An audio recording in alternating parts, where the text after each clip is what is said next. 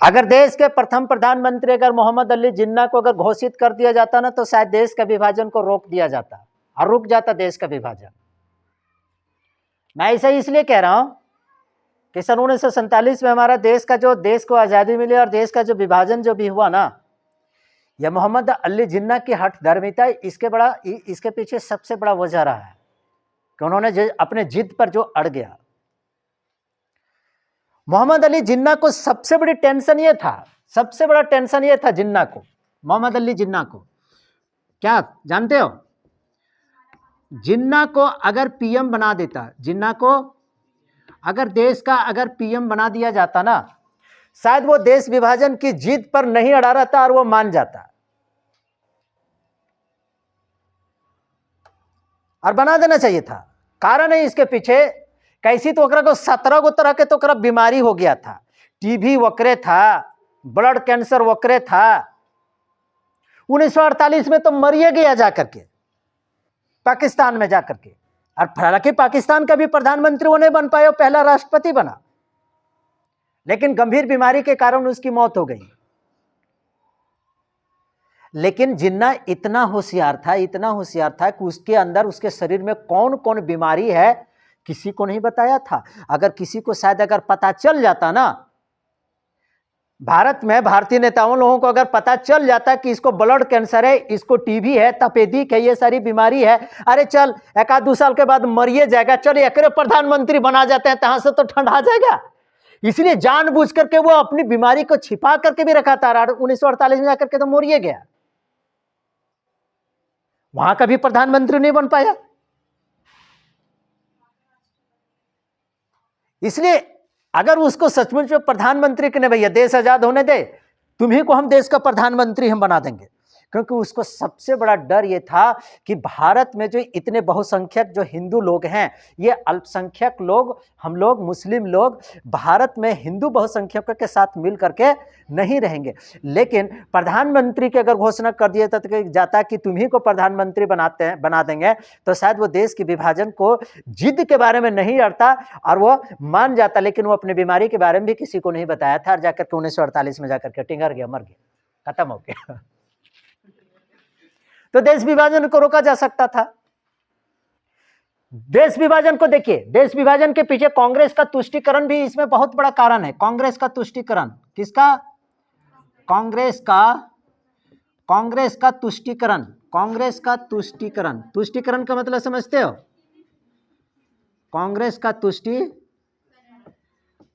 तुष्टीकरण। उस समय मात्र 2 ही पार्टी थी, मात्र 2 ही पार्टी, एक भारतीय राष्ट्रीय कांग्रेस और दूसरा मुस्लिम लीग। दूसरा क्या था? दूसरा मुस्लिम लीग था। इसका क्या था? कांग्रेस क्या करता था? कांग्रेस ये हिंदुओं को भी और मुसलमानों को भी, दोनों पर ध्यान देता था कि हिंदू तो हमारे तो है ही हैं, हमारे देश के जो मुस्लिम है वो भी हमारे ही हैं। लेकिन ये जो मुस्लिम लीग जो पटिया जो था ना, ये जो सिर्फ जो मुस्लिम लीग जो पटिया था, ये सिर्फ किस पर ध्यान देता था? सिर्फ मुस्लिमों पर ध्यान देता था, सिर्फ मुस्लिमों पर ध्यान देता था। मुस्लिम लीग सिर्फ मुसलमानों के लिए, और ये जो कांग्रेस जो था वह हिंदू और मुस्लिम दोनों के लिए था। जब इसको कांग्रेस को यहां पर देखना चाहिए कि कांग्रेस को देखना चाहिए कि इसके लिए मुसलमानों के लिए एक अलग पार्टी जब है ये है, तो हम सिर्फ इसको देखें, इसको लतिया दें, खत्म कर दें। तो यह देख रहा था कि हम तो मुस्लिम लीग जो है सो कांग्रेस, मुस्लिम लीग जो मुस्लिमों को, मुसलमानों की तो हित के लिए तो बात तो करता है, ये पार्टी तो है ये है, और ये देखा कि यह करता है हमारे हित की बात। मुस्लिम लीग का, मोहम्मद अली जिन्ना का हिम्मत बढ़ता गया, बढ़ता गया। कोनो बुतरू लोग होता है ना, जितना उसको मतलब कंधाओगे उतना कांधेगा, वो मानने वाला नहीं होता है। तो यहां पर इसका सह बढ़ता गया, किसका? मुस्लिम लीग का, अर्थात मोहम्मद अली जिन्ना का सह एकदम बढ़ता गया, इसका जिद बढ़ता गया, इसकी हिम्मत बढ़ती गई, और अंततः अपने देश के विभाजन के लिए अर्थात पाकिस्तान का निर्माण करने के लिए अपने जिद पर बिल्कुल अड़ा रह गया, बिल्कुल अड़ा रह गया। यह दूसरा कारण।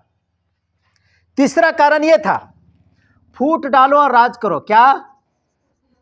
फूट डालो, फूट डालो और फूट डालो और राज करो। किसकी नीति थी? राज करो, मुस्लिम लीग की थी। अरे अंग्रेजों की एक नीति थी, फूट डालो और राज करो, डिवाइड एंड रूल। अंग्रेज शुरुआत से भारत में हिंदुओं और मुसलमानों के बीच में फूट डाल करके रखा है, हमेशा से फूट डाल करके रखा है। हिंदुओं को मुसलमानों के विरोध भड़काना और मुसलमानों के हिंदुओं के विरोध में भड़काना, अर्थात फूट डालो और राज करो।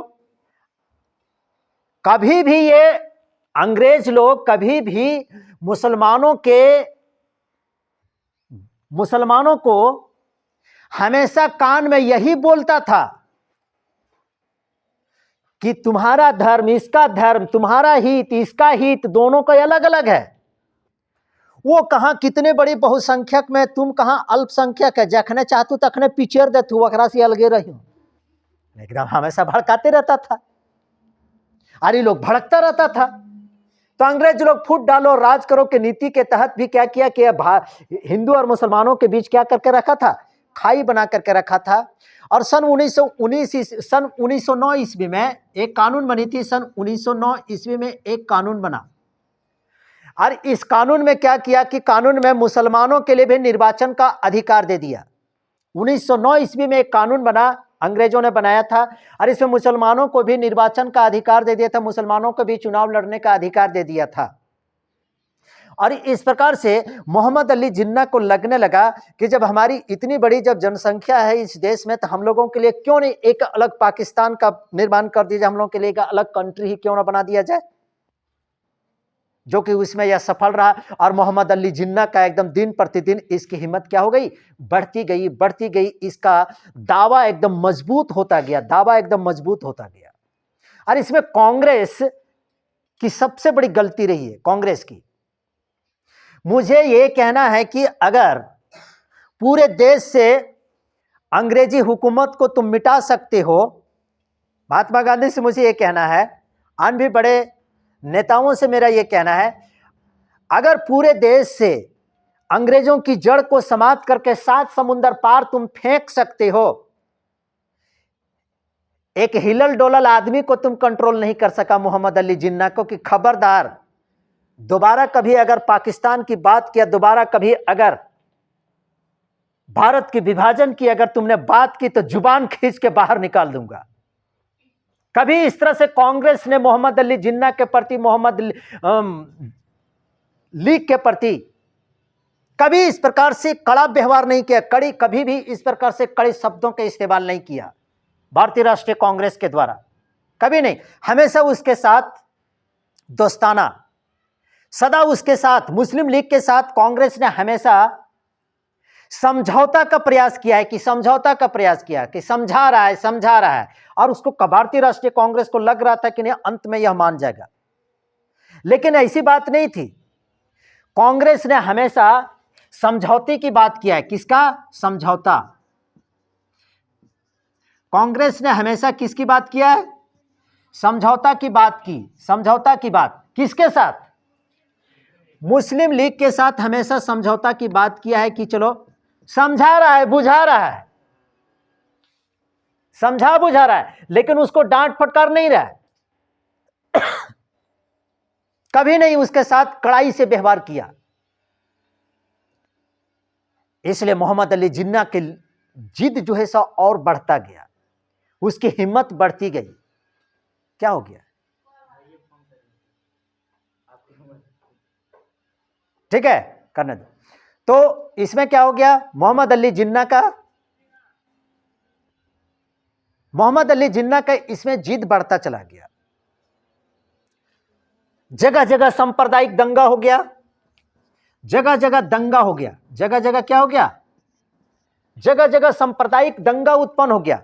जब जगह जगह सांप्रदायिक दंगा जब उत्पन्न हो गया, हिंदू मुस्लिमों के बीच में जब एकता जब उत्पन्न हो गया,